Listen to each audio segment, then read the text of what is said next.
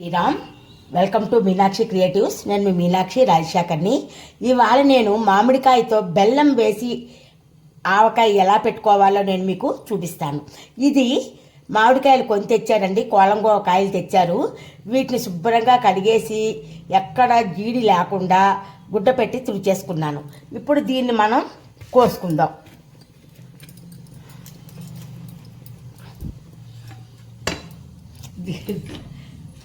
ఇవి టెంక కట్టేసాయండి, ఒక్కొక్క కాయ కట్టలేదు. ఇది టెంక కట్టిందండి, చూడండి, చిన్న టెంక కట్టిందనమాట. ఇప్పుడు దీన్ని మనం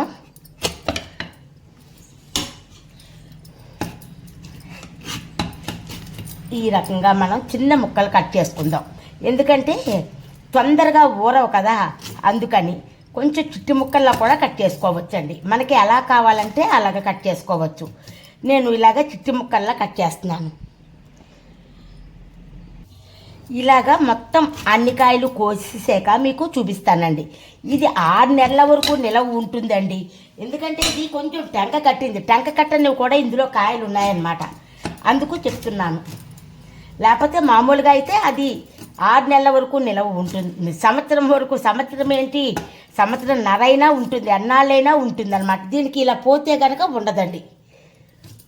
ఇలాగన్నీ కట్ చేశాక అన్ని కాయలు కట్ చేసి మీకు చూపిస్తాను. మనం చిన్నగా కట్ చేసుకున్న ముక్కల్ని మనం ముందు కొలుచుకుందామండి. ఈ కప్పుతో నేను కొలుస్తున్నాను. 1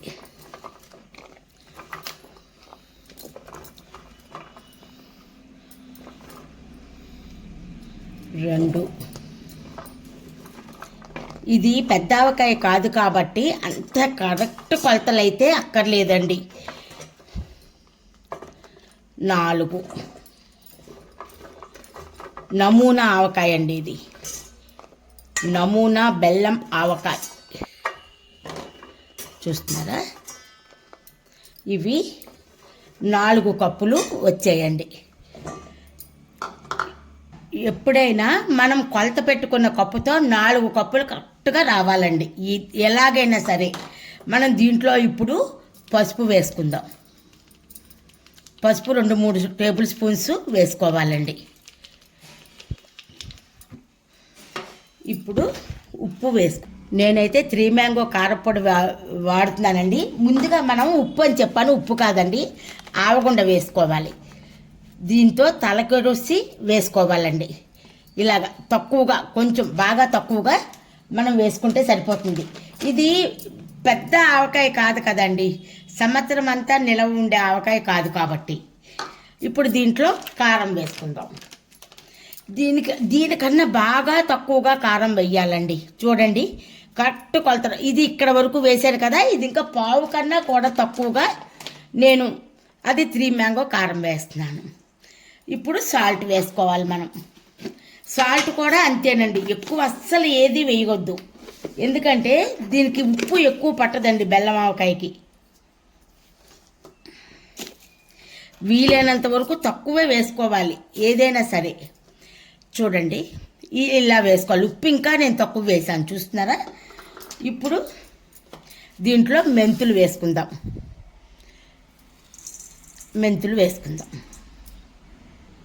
ఇంకొంచెం కూడా వేస్తున్నాను మెంతులు మనం ఎక్కువ వేసుకున్నా చలవ చేస్తుందండి.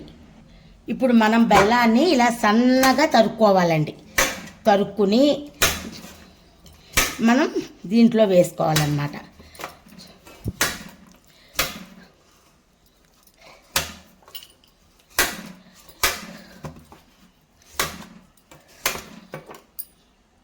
ఇప్పుడు ఈ కప్పుతో కొద్దిగా వెల్తిగా ఆవగుండ వేసాము, బాగా తక్కువగా ఉప్పు వేసాము, దానికన్నా కొంచెం ఎక్కువగా కారం వేసామండి. కరెక్ట్ కొలతలు అన్నమాట. బెల్లానికి మాత్రం కొలత ఉండదు. ఎందుకంటే ఎక్కువ తినేవాళ్ళు ఉంటారు, తక్కువ తినేవాళ్ళు ఉంటారు. కొంతమంది అయితే అస్సలు తినరు. మా ఇంట్లో అయితే తక్కువ తింటారు, బెల్లం ఆవకాయ తింటారు. అంచేత నేను ఇలా వేసుకుంటున్నాను. మీకు కావాలంటే ఎక్స్ట్రా వేసుకోవచ్చు. నేను వేసింది ఇదేనండి. ఈ కప్పుతో కప్పుడు ఆయిల్ వేసానండి.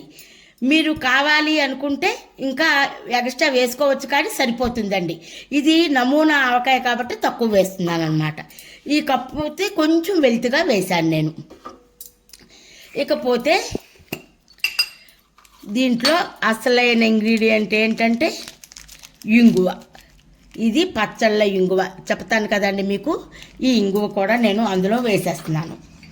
ఇంకా వెల్లుల్లిపాయలు వలవాలండి, నేను వలవలేదు, అందుకని చెప్పేసి అవి వేయలేదు. ఇప్పుడు దీన్ని మనం కలిపేసుకుందాం.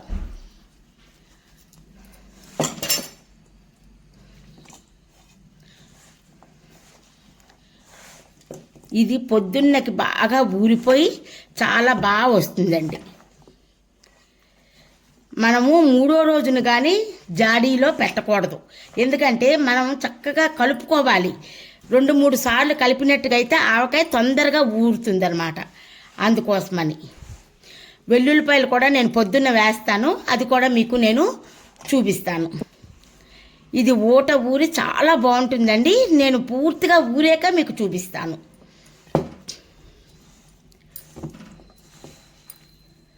ఇలాగా అంతా కలిపేసుకోవటమే. ముక్కకు మాత్రం ఉప్పు కారం అన్నది కరెక్ట్గా పట్టాలండి. మనం కలిపినప్పుడే సరిగా పట్టలేదనుకోండి బూజీ వస్తుంది. ఆ బూజు రాకుండా మనం చాలా జాగ్రత్తలు తీసుకోవాలి. ఆవకాయ కలిపినప్పుడు తడి చేతులు అన్నది పెట్టకూడదు. ఇది నమూనా ఆవకాయ కాబట్టి పర్వాలేదు, అయినప్పటికీ మనం జాగ్రత్తగా ఉండడం మంచిది.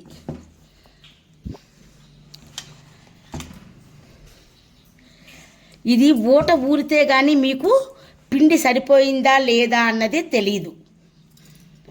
అంతేనండి. ఇలాగ దీన్ని మనం మూత పెట్టేసుకుందాం.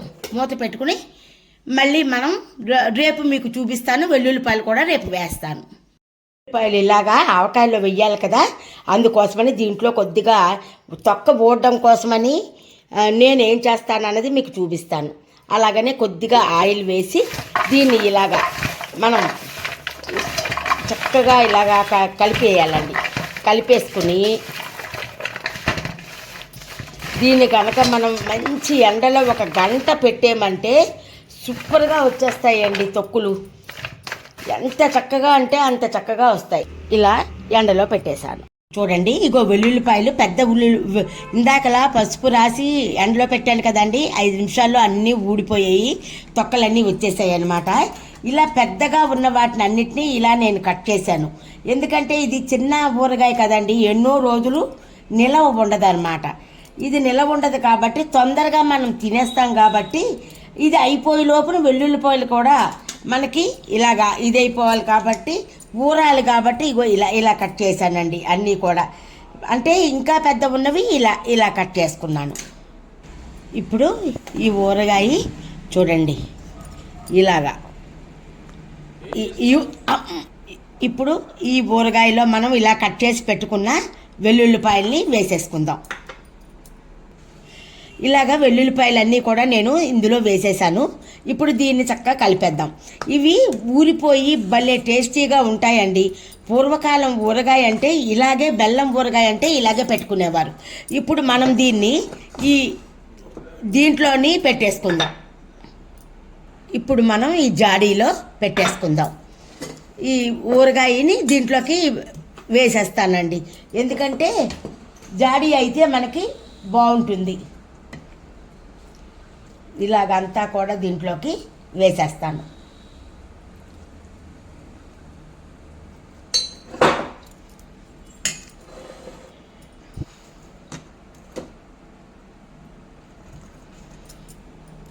నేను మొత్తం అంతా ఇందులో వేసేస్తానండి. వేసేసి ఇగో ఇలాగా ఈ ఊట మనం బెల్లం వేసాం కదా, కొంచెం పల్చగా ఉంటుందన్నమాట ఊట.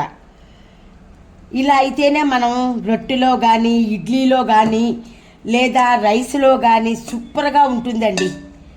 సూపర్ అంటే సూపర్. ఇలాగా మనం ఇది కూడా మనకి ఇంకా నూనె తేలుతుంది మీదకి.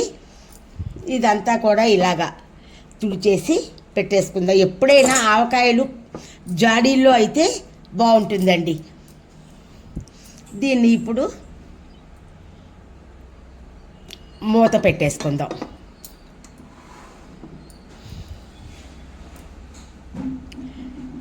ఈ వీడియో నచ్చినట్టుగా అయితే లైక్ చేయండి, షేర్ చేయండి, బెల్ ఐకాన్ని క్లిక్ చేయండి. మన కొత్త నోటిఫికేషన్స్ మీకు వస్తాయి. అందరూ బాగుండాలి, అందులో మనం ఉండాలన్నదే మన కాన్సెప్ట్ అండి. సర్వే జనో సుఖనో భవంతు. ఉంటాను, మీ మీనాక్షి రాజశేఖర్.